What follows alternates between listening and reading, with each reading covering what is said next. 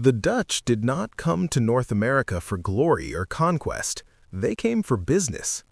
Their system of trade, finance, and organization was unlike anything the world had seen before. It was this system that planted the seeds of New York's wealth. In the early 1600s, the Dutch Republic was a rising power. The country had broken away from Spain after a long war of independence. By 1609, the Dutch were recognized as a free republic. They were small in land and population, but they were strong in ships, merchants, and money. Amsterdam became the center of world trade. The Dutch East India Company, founded in 1602, was the first joint stock company in history. Investors could buy shares, spread risk, and earn profits from voyages to Asia. This idea of shared investment was revolutionary. It allowed ordinary merchants to take part in global trade without risking everything on one ship. The Dutch West India Company was created in 1621.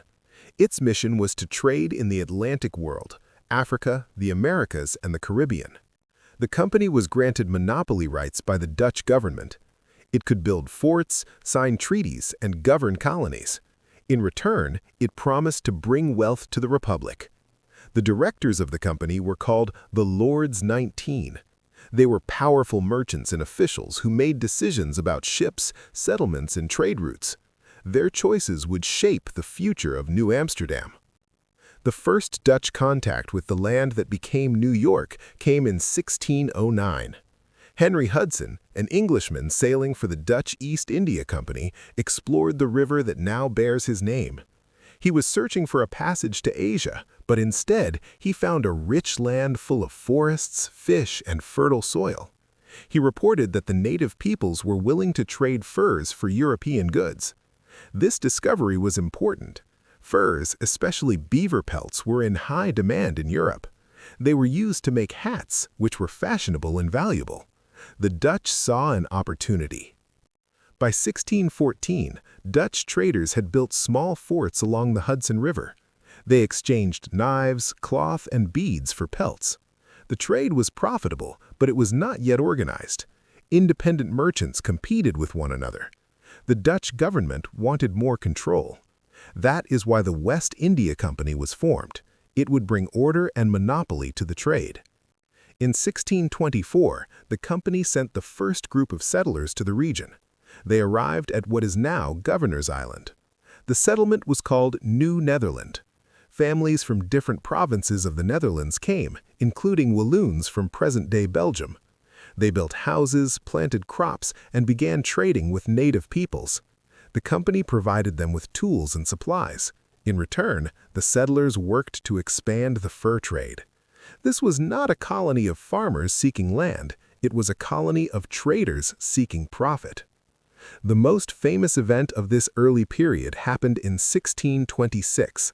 Peter Minuit, the director of New Netherland, negotiated with the Lenape people for the island of Manhattan. The Dutch paid goods worth 60 guilders. Later writers claimed this was equal to $24, but in truth, it was a fair amount in trade goods at the time. The purchase gave the Dutch legal claim to the island.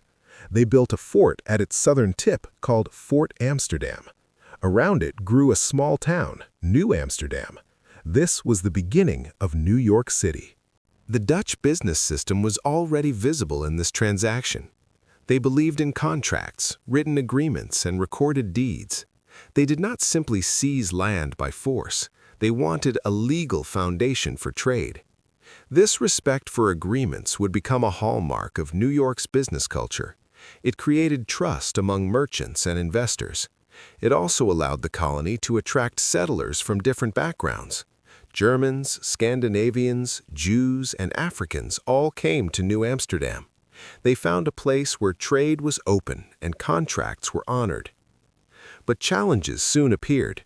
The fur trade depended on good relations with native peoples. The Dutch needed them to hunt and supply pelts.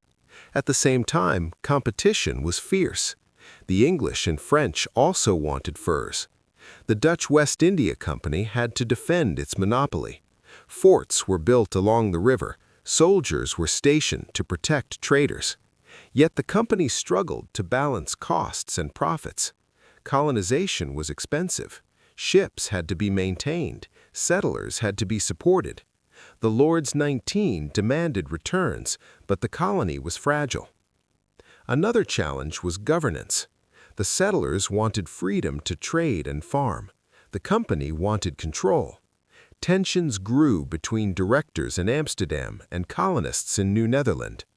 This theme, conflict between local needs and distant investors, would shape the colony's history. It was a controversy that revealed the limits of the Dutch business system. Could a company truly govern a colony? Could profit and settlement coexist? Despite these difficulties, the foundation was laid. By the late 1620s, New Amsterdam was a small but busy port. Ships carried furs to Amsterdam. Goods from Europe arrived in return. The colony was multicultural, commercial, and legalistic. These were the traits that would make New York rich. The Dutch had introduced a system of business that valued contracts, shared investment, and global trade. It was a system that would outlast their rule. When Peter Minuit secured Manhattan in 1626, the Dutch believed they had established a permanent foothold in North America. Yet within 2 decades, the colony faced storms of conflict and controversy that tested the very system of business that had brought them there. The Dutch West India Company wanted profits. The settlers wanted freedom. Native peoples wanted respect for their land. These competing interests collided, shaping the fragile beginnings of New Amsterdam.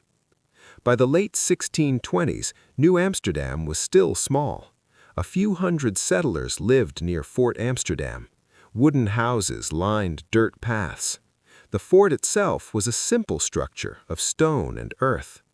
Ships arrived irregularly, carrying supplies from Amsterdam and returning with furs.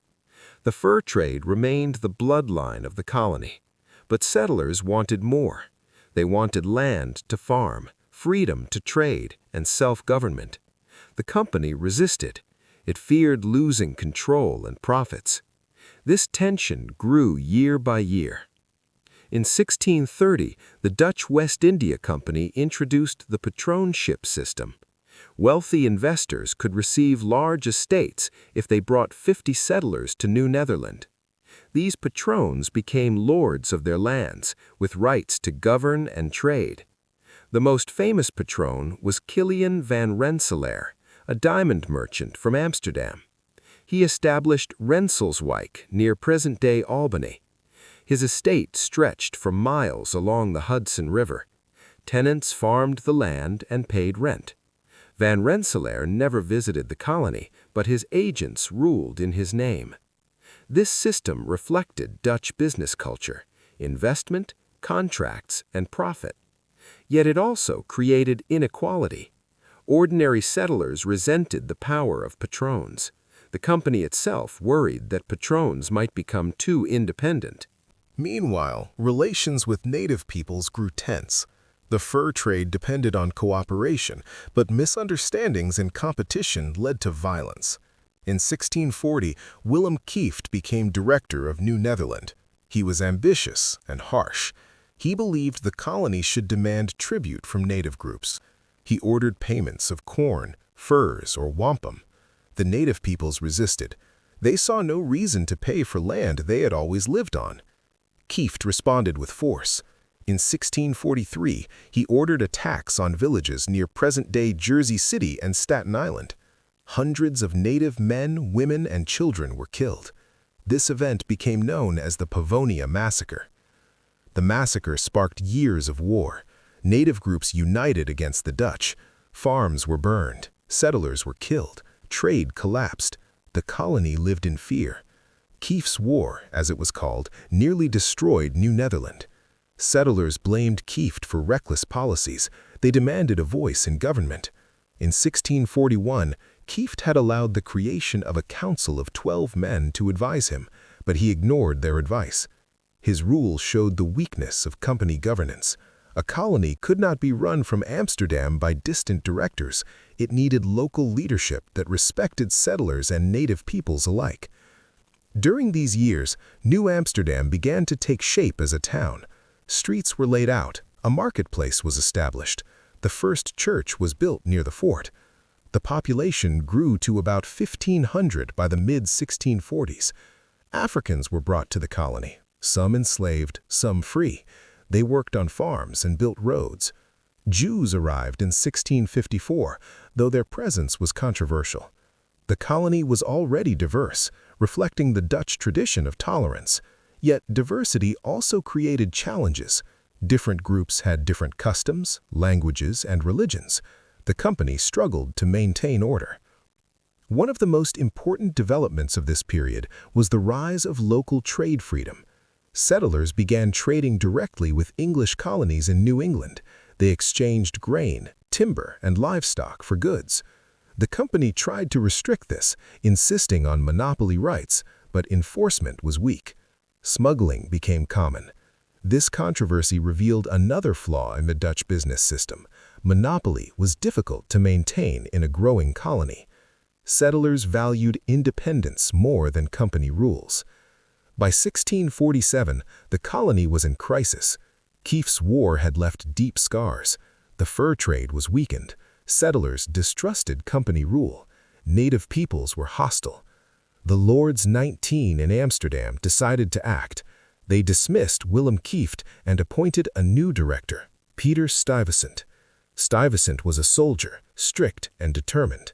He arrived in New Amsterdam in May 1647. His mission was to restore order, rebuild trade, and strengthen the colony. His arrival marked a turning point. The Dutch business system would be tested again, this time under stronger leadership. When Peter Stuyvesant stepped off the ship in May 1647, New Amsterdam was weary. The colony had endured years of mismanagement under Willem Kieft, whose reckless wars with native peoples had nearly destroyed the settlement. Trade was disrupted, farms were burned, and settlers distrusted the Dutch West India Company. Into this troubled world came Stuyvesant, a man whose strict discipline and uncompromising style would leave a lasting mark on the colony's trade and governance. Stuyvesant was not a typical merchant, he was a soldier. Born around 1610 in Friesland, he had served the Dutch West India Company in the Caribbean. In 1644, while leading an attack on the Spanish island of St. Martin, he was wounded and lost his right leg. He returned to the Netherlands with a wooden prosthetic, which earned him the nickname Peg Leg Pete. Despite his injury, he was chosen to lead New Netherland. The Lords 19 believed his toughness would restore order. They were right, but his methods were controversial. From the moment he arrived, Stuyvesant made clear that he would rule firmly. He reorganized the colony's defenses, repaired Fort Amsterdam, and imposed strict laws. He believed discipline was essential for trade. Without order, merchants could not prosper. He introduced regulations on weights, measures, and contracts. He insisted that trade be conducted honestly and recorded properly. These measures reflected the Dutch business system, trust built on rules, contracts, and enforcement. One of his first challenges was smuggling. Settlers had been trading freely with English colonies in New England, bypassing the company's monopoly. Grain, timber, and livestock flowed across borders. Stuyvesant cracked down. He ordered inspections of ships, imposed fines, and tried to enforce the company's rights. Yet smuggling continued. The colony's geography made enforcement difficult. New Amsterdam was surrounded by English settlements, and trade with them was profitable. This controversy revealed the limits of monopoly in a growing colony. Stuyvesant's strictness could not fully stop settlers from seeking profit. Stuyvesant also faced the issue of land ownership. Under the patronship system, large estates had been granted to wealthy investors. Tenants resented their lack of freedom. Stuyvesant tried to balance company authority with settler demands. He allowed more small farms to be established, especially on Long Island and in Brooklyn. These farms produced grain, cattle, and vegetables. Agriculture became more important to the colony's economy. Trade expanded beyond furs. Ships carried food to the Caribbean, where Dutch colonies needed supplies. This diversification strengthened New Netherlands' economy. Relations with native peoples improved under Stuyvesant. He negotiated treaties and sought peace. He understood that trade depended on cooperation. The fur trade revived, though competition with the French and English remained fierce. Stuyvesant's diplomacy helped stabilize the colony. Yet he never forgot the need for defense. He maintained forts along the Hudson River and kept soldiers ready. His military background shaped his approach. Trade could flourish only under protection. Another turning point came in 1653. War broke out between the Dutch Republic and England. New Amsterdam feared attack. Stuyvesant ordered the construction of a defensive wall along the northern edge of the town. Built of wood and earth, it stretched across what is now Wall Street. The wall symbolized both fear and determination. It protected merchants and settlers, allowing trade to continue during uncertain times. The name Wall Street would later become synonymous with finance, a lasting legacy of Stuyvesant's rule. Stuyvesant also shaped trade through urban development. He improved streets, built a market hall, and encouraged the growth of shops. New Amsterdam became more organized. Merchants had places to sell goods, farmers brought produce to town. The colony's economy became more structured, reflecting Dutch urban traditions. Amsterdam in Europe was a model, a city of canals, markets, and contracts. Stuyvesant tried to replicate this order in New Netherland. Yet his rule was not without controversy. Stuyvesant was authoritarian.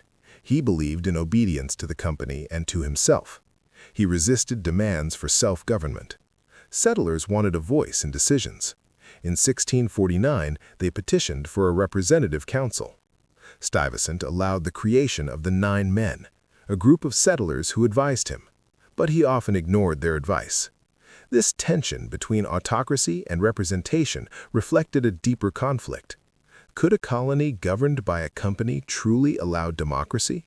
The controversy would continue until the English takeover. Religion was another area of dispute. The Dutch Reformed Church was the official faith, but New Amsterdam was diverse. Lutherans, Jews, Quakers, and Catholics lived there. Stuyvesant tried to restrict non-Reformed worship. He opposed the arrival of Jews in 1654, but the company overruled him, citing the Dutch tradition of tolerance. This decision was important. It showed that trade and diversity were linked. Merchants of different faiths contributed to the colony's economy. Tolerance was not just a moral principle, it was a business necessity. By the 1660s, New Amsterdam had grown to about 9,000 people. It was a bustling port, with ships arriving from Europe, the Caribbean, and other colonies. Trade included furs, grain, timber, tobacco, and slaves. Africans, both enslaved and free, played a vital role in the economy. They built roads, worked farms, and contributed to commerce. The colony was multicultural, reflecting the Dutch business system's openness. Contracts and trade connected people of different backgrounds. When English ships appeared in New Amsterdam's harbor in 1664, the Dutch colony surrendered without a battle. The flag of the Netherlands was lowered, and the banner of the Duke of York was raised. The city was renamed New York. Yet the English did not erase the Dutch system. They absorbed it. The habits, contracts, and trading practices that the Dutch had built over 40 years became the foundation of English rule. In this decade, the English learned from the Dutch, and New York's business culture carried forward unchanged in many ways. The English takeover was part of a larger struggle. England and the Dutch Republic were rivals in global trade. They fought 3 wars between 1652 and 1674. Each war was about control of shipping routes, colonies, and commerce. The Dutch had pioneered joint stock companies, stock exchanges, and global trading networks. England wanted to match them. New Netherland was a prize, not only for its land, but for its business system. By seizing the colony, England gained access to Dutch methods that had proven successful. One of the most important Dutch contributions was the idea of legal contracts and property rights. From the beginning, the Dutch had insisted on written deeds for land purchases. The famous 1626 transaction with the Lenape for Manhattan was recorded in detail. Dutch settlers bought and sold land with legal documents. Women could own property. Free Africans could hold land. These practices continued under English rule. The English recognized that contracts created stability. They allowed trade to flourish because merchants trusted that agreements would be honored. This Dutch emphasis on legality became part of New York's identity. Another influence was religious and cultural tolerance. The Dutch had allowed Jews, Lutherans, and other groups to live in New Amsterdam, despite Stuyvesant's objections. The company valued diversity because it brought more merchants and more trade. When the English took over, they did not expel these groups. They accepted the reality of a multicultural city. This tolerance was unusual in the English world, where colonies often enforced strict religious conformity. In New York, however, diversity was linked to commerce. The Dutch had shown that trade thrived when different peoples could participate. The English adopted this lesson. The Dutch also left behind urban organization. Stuyvesant had built markets, regulated weights and measures, and established rules for trade. The English kept these structures. The marketplace near the fort continued to operate. Merchants still followed Dutch standards. The wall built in 1653 remained, and the street beside it became a center of commerce. Over time, Wall Street would symbolize finance, but its origins lay in Dutch defense and trade regulation. The English inherited a city already shaped by Dutch order. Shipping practices were another area of influence. The Dutch had developed efficient systems for loading, unloading, and recording cargo. They used bills of lading, invoices, and insurance contracts. These methods reduced risk and increased trust. English merchants in New York adopted them. The port became a hub for ships from Europe, the Caribbean, and other colonies. Dutch practices ensured that trade was reliable. The English recognized their value and continued them. The decade after 1664 was not peaceful. England and the Dutch Republic fought again in the Second Anglo-Dutch War. Dutch ships raided English coasts. In 1667, the Treaty of Breda ended the war. England kept New York while the Dutch kept Suriname in South America. This exchange showed the importance of colonies in global trade. Yet, even as rivals, the English continued to learn from Dutch methods. Amsterdam remained the model of a trading city. London sought to copy its stock exchange and banking system. New York became the place where Dutch and English practices blended. In 1673, during the Third Anglo-Dutch War, the Dutch briefly recaptured New York. A fleet sailed into the harbor, and the city surrendered. For 1 year, it was New Orange, named after William of Orange. The Dutch reinstated their laws and contracts. But in 1674, the Treaty of Westminster returned the colony to England permanently. The Dutch flag was lowered for the last time. Yet the episode showed how deeply Dutch influence remained. The city could shift between rulers, but its business system endured. When the Treaty of Westminster in 1674 confirmed English control of New York, many assumed the Dutch influence would fade. Yet the opposite happened. The Dutch legacy remained woven into the daily life of the colony. From the way people traded goods to the way families managed property, Dutch habits continued to shape New York. The English ruled, but the Dutch system lived on in the streets, markets, and homes of the city. One of the clearest examples was property ownership. Under Dutch law, women could inherit and own land. Widows often managed farms and businesses. This tradition carried forward under English rule. Records from the late 1600s show women buying and selling property in New York. The English legal system was stricter, but New York retained Dutch flexibility. This gave the colony a unique character compared to other English settlements, where women's rights were more limited. The Dutch legacy of property rights created stability and opportunity. Another area was commerce in everyday goods. Dutch settlers had introduced markets where farmers brought produce to town. These markets continued under English rule. Grain, vegetables, and meat were sold in public squares. Dutch standards of weights and measures remained in use. Merchants trusted these rules, knowing that trade would be fair. The English recognized their value and did not change them. This continuity allowed commerce to grow smoothly. New York became known as a reliable place to do business. Daily life showed Dutch influence in smaller ways too. Families baked bread in Dutch ovens. Houses were built in Dutch styles, with brick walls and stepped gables. Streets carried Dutch names. The Dutch language was spoken in homes and churches well into the 1700s. These cultural habits shaped the colony's identity.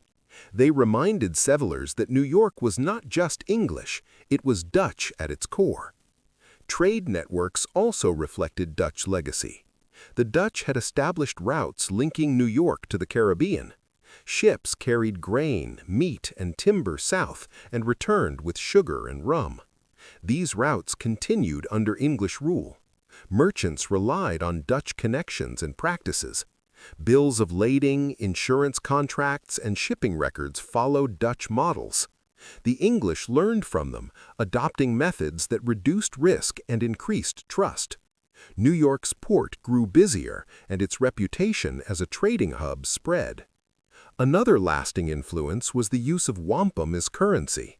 Dutch traders had adopted wampum from native peoples in the early 1600s. Beads made from shells were used in exchange for furs and goods. The English continued this practice into the late 1600s. Wampum remained part of trade, especially in dealings with native groups. This showed how Dutch adaptation to local customs shaped commerce. The English inherited not only European practices, but native ones as well. The Dutch also left behind a tradition of community contracts. Villages on Long Island and in Brooklyn had agreements about land use, grazing, and farming. These contracts were written and respected. The English allowed them to continue. They saw that local order depended on shared rules. Dutch emphasis on written agreements created trust among neighbors. This habit carried forward, influencing how communities managed resources. By 1700, New York had grown to about 20,000 people. It was a thriving port, with ships arriving from Europe, Africa, and the Caribbean. The Dutch legacy was visible everywhere. Property rights, tolerance, contracts, and trade practices shaped daily life. The English ruled politically, but the Dutch ruled culturally and commercially. The colony's success was built on Dutch foundations. Now those habits began to evolve into something new: finance. The seeds of Wall Street, planted in Dutch soil, began to grow into the system that would one day make New York the financial capital of the world. The origins of Wall Street go back to 1653, when Peter Stuyvesant ordered the construction of a defensive wall to protect New Amsterdam from possible English attack. The wall was made of wood and earth, simple but strong. When the English took over in 1664, the wall remained. Over time, the area beside it became a place where merchants gathered.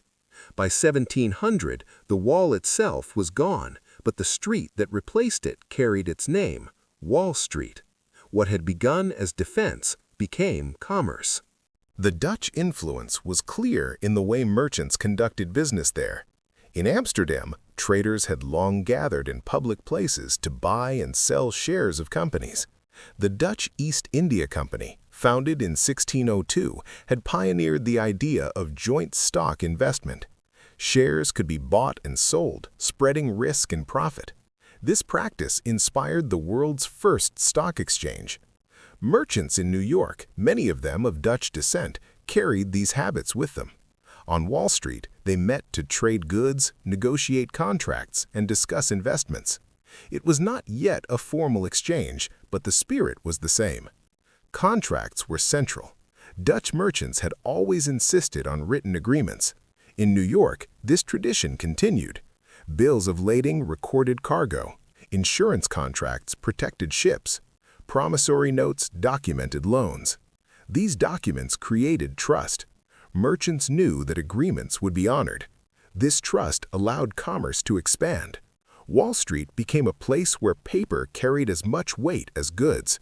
The Dutch legacy of legality shaped the birth of finance. Merchants of different backgrounds gathered on Wall Street. Jews played a role in finance, drawing on traditions of trade and credit. Quakers, Germans, and Africans also contributed. Diversity was not just cultural, it was economic. The Dutch had shown that trade thrived when many groups participated. The English continued this lesson.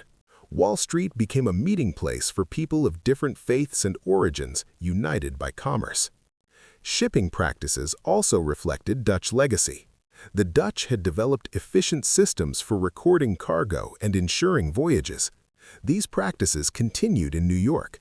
Merchants on Wall Street discussed shipping routes, calculated risks, and arranged insurance. The port of New York grew busier, linking Europe, the Caribbean, and Africa. Finance grew out of trade. Merchants needed credit to fund voyages. Investors needed returns. Wall Street became the place where these needs met. By the 1720s, New York's economy was expanding. Grain, timber, and livestock flowed from farms. Sugar and rum arrived from the Caribbean. Slaves were bought and sold, a grim part of commerce. Merchants needed capital to manage these trades.